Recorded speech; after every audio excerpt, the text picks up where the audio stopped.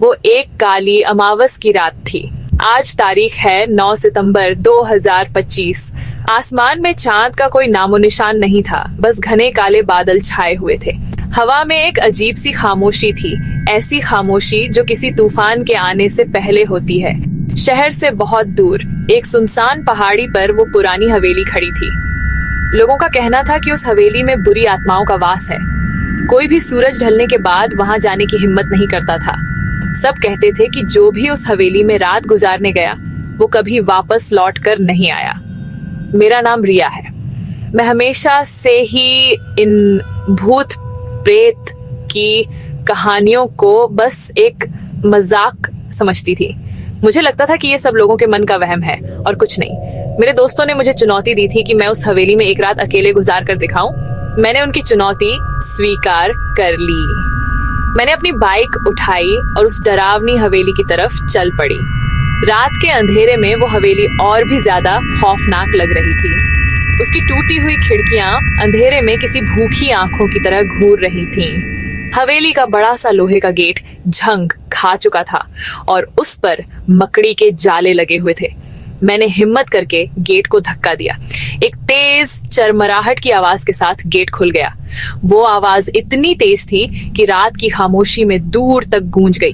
अंदर का बगीचा पूरी तरह से उजड़ चुका था। मैंने एक गहरी सांस ली और हवेली के मुख्य दरवाजे की तरफ अपने कदम बढ़ा दिए। मैंने दरवाजे को हल्के से छुआ। वो बर्फीला ठंडा था।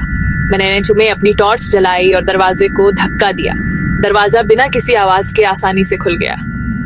अंदर घना अंधेरा था और एक अजीब सी बदबू आ रही थी।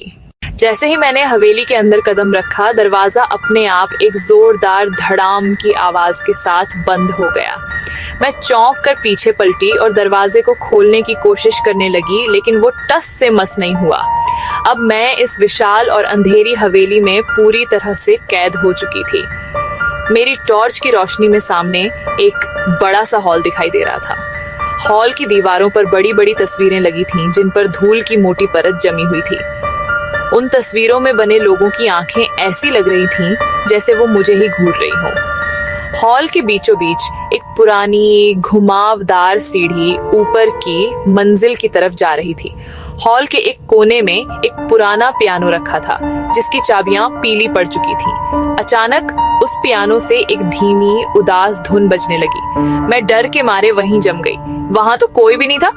फिर ये पियानो कौन बजा रहा था? मेरा दिल मेरे मुंह को आ गया था। धुन बहुत ही दर्द भरी थी, जैसे कोई अपना दुख बयां कर रहा हो। मैं धीरे धीरे पियानो की तरफ बढ़ी। जैसे ही मैं उसके पास पहुंची, धुन अचानक बंद हो गई। सब कुछ फिर से पहले जैसा शांत हो गया, जैसे कुछ हुआ ही ना हो। मैं उस खौफनाक हॉल से निकलकर एक लंबे गलियारे में आ गई। गलियारे की दीवारों पर भी कई तस्वीरें टंगी थीं। टॉर्च की रोशनी में मैंने देखा कि एक तस्वीर में एक औरत थी जो हूबहू मेरी तरह दिख रही थी। उसके बाल, उसकी आंखें, सब कुछ बिल्कुल मेरे जैसा था।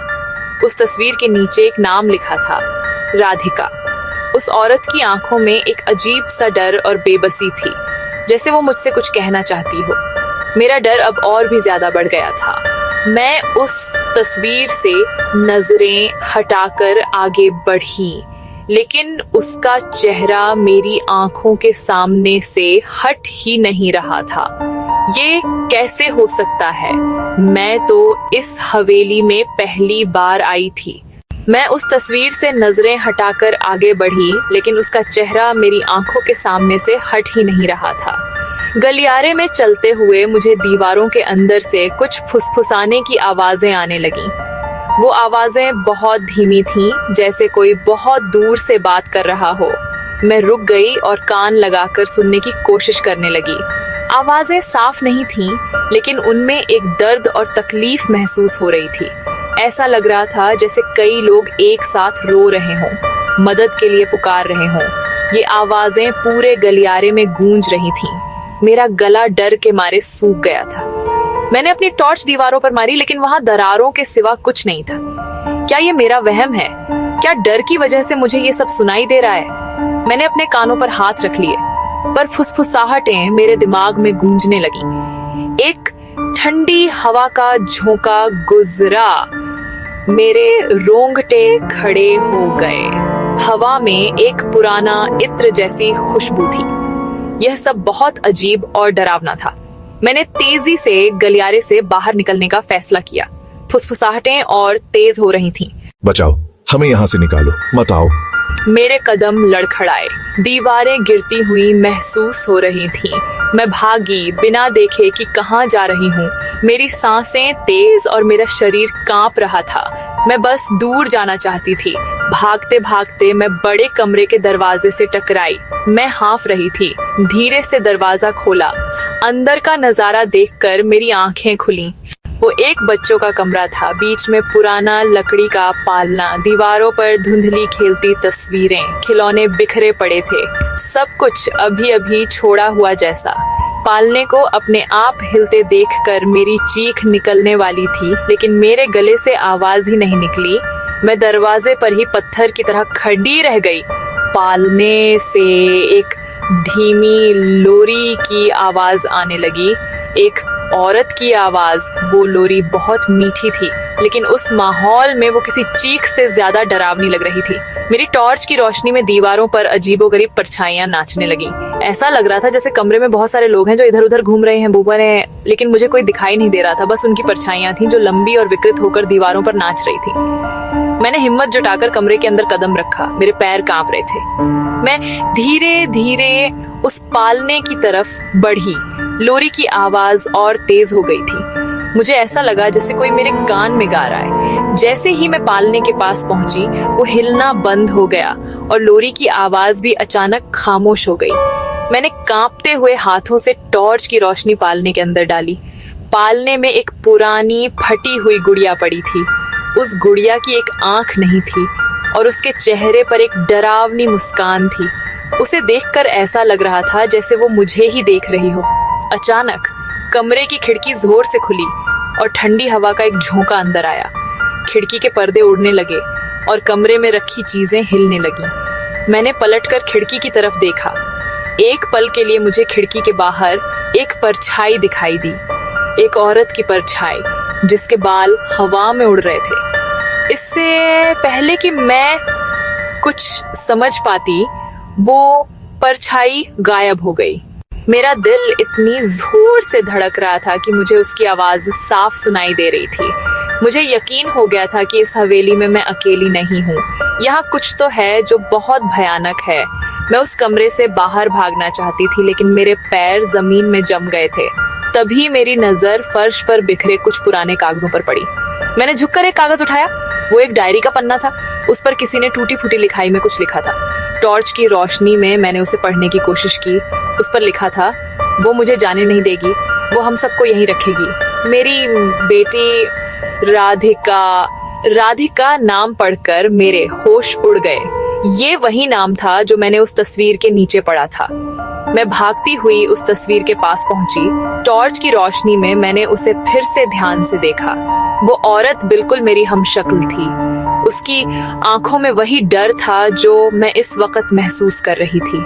ऐसा लग रहा था जैसे वो तस्वीर नहीं बल्कि एक आईना है। मैंने तस्वीर को दीवार से उतारने की कोशिश की। वो बहुत भारी थी। काफी मशक्कत के बाद मैंने उसे दीवार से अलग कर लिया। जैसे ही तस्वीर हटी, उसके पीछे की दीवार पर कुछ लिखा हुआ था। किसी नुकीली चीज से खुरच खुरच कर लिखा गया था, मैं यही हूँ हमेशा के लिए।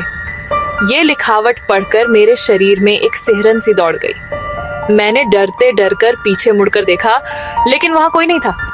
अचानक मुझे अपने पीछे से किसी के हंसने की आवाज आई। एक ठंडी खनकती हुई हंसी जो पूरे गलियारे में गूंज गई। मैं डर के मारे चीख पड़ी और वहां से भागने लगी। भागते हुए मैं वापस उसी बड़े हॉल में आ गई जहां से मैंने शुरुआत की थी। मेरी नजर फिर से उन तस्वीरों पर पड़ी। टॉर्च की रोशनी में मैंने देखा कि हर तस्वीर में जो लोग थे, उनकी आंखों से खून के आंसू बह रहे थे। एक तस्वीर, दूसरी तस्वीर, तीसरी तस्वीर। वो तस्वीरें अब पहले से कहीं ज्यादा डरावनी लग रही थीं। उनकी उदास आंखें अब गुस्से से भरी लग रही थीं। हॉल की उन खौफनाक तस्वीरों को देखकर मैं पूरी तरह से टूट चुकी थी। मेरा दिमाग काम करना बंद कर चुका था। मैं बस यहाँ से बाहर निकलना चाहती थी। मैंने फिर से मुख्य दरवाजे को खोलने की कोशिश की। मैंने उसे पीटा, चिल्लाई, लेकिन सब बेकार था। मैं थक कर जमीन पर बैठ गई और रोने लगी। तभी मेरी नजर उस घुमावदार सीढ़ी के नीचे एक छोटे से दरवाजे पर पड़ी। वो दरवाजा अंधेरे में लगभग छिपा हुआ था। शायद वो तहखाने का रास्ता था। एक आखिरी उम्मीद के साथ मैं उस दरवाजे की तरफ बढ़ी। दरवाजा पुराना और मजबूत लग रहा था, लेकिन उस पर ताला नहीं लगा था। मैंने हैंडल घुमाया। दरवाजा एक चरमराहट की आवाज के साथ खुल गया। अंदर से एक ठंडी सीलन भरी हवा आई। उसमें मिट्टी की तेज गंध मिली हुई थी और सड़न की तेज गंध। नीचे जाने के लिए पत्थर की सीढ़ियां बनी थीं। मेरी हिम्मत जवाब दे रही थी, लेकिन मेरे पास और कोई रास्ता नहीं था। तहखाना बहुत बड़ा और अंधेरा था। हवा में एक अजीब सी भारीपन थी। चारों तरफ पुराना सामान पड़ा था। जैसे ही मैं कुछ कदम आगे बढ़ी, मुझे जमीन पर कुछ चमकता हुआ दिखाई दिया। मैंने झुककर उसे उठाया। वो एक पुराना लॉकेट था। मैंने उसे खोला। उसके अंदर 2 तस्वीरें थीं। एक तरफ उसी औरत की तस्वीर थी जो हूबहू मेरी तरह दिखती थी, न राधिका, और दूसरी तरफ एक छोटी सी बच्ची की तस्वीर थी। उस बच्ची को देखकर मेरा दिल बैठ गया। रॉय बचपन की तस्वीर थी। ये कैसे हो सकता है? मेरी बचपन की तस्वीर इस हवेली के तहखाने में क्या कर रही है? तभी मुझे अपने पीछे से वही फुसफुसाहट सुनाई दी, लेकिन इस बार वो बहुत साफ थी। तुम आ गई? मैं कब से तुम्हारा इंतजार कर रही थी, रिया। मैंने पलट कर देखा। मेरे पीछे एक औरत की धुंधली सी परछाई खड़ी थी। वो हवा में तैर रही थी। वो कोई और नहीं बल्कि तस्वीर वाली औरत थी, राधिका की आत्मा। उसकी आंखें अंधेरे में चमक रही थीं। उसने अपना हाथ मेरी तरफ बढ़ाया। अब हम हमेशा साथ रहेंगे, अपनी माँ के साथ। माँ, ये शब्द सुनकर मेरे पैरों तले जमीन खिसक गई। उसने कहा, हाँ, मैं तुम्हारी माँ हूँ राधिका, और तुम मेरी बेटी हो, रिया। मेरे दिमाग में सब कुछ घूमने लगा।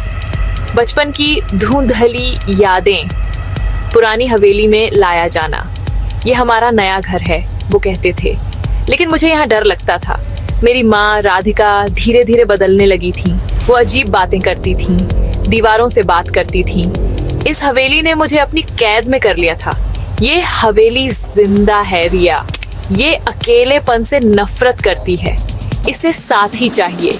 इसने मुझे तुमसे दूर कर दिया, लेकिन मैं जानती थी एक दिन तुम वापस जरूर आओगी। खून का रिश्ता तुम्हें खींच ही लाएगा।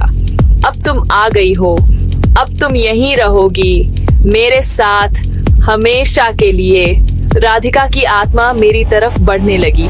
उसका चेहरा डरावना होता जा रहा था। उसकी आंखें लाल हो गई थीं। नहीं, मैं यहाँ नहीं रहूंगी। मैं चीखी और पीछे हटने लगी। मैं भागना चाहती थी, लेकिन मेरे पैर हिल नहीं रहे थे।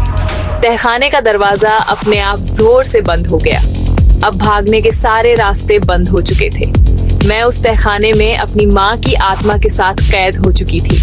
कहानी का अंत यहाँ नहीं होता। असली खौफ तो अब शुरू होता है। कुछ महीने बाद मेरे दोस्त मेरी गुमशुदगी से परेशान होकर पुलिस के साथ उस हवेली में आए। उन्होंने पूरी हवेली छान मारी, लेकिन उन्हें मेरा कोई सुराग नहीं मिला।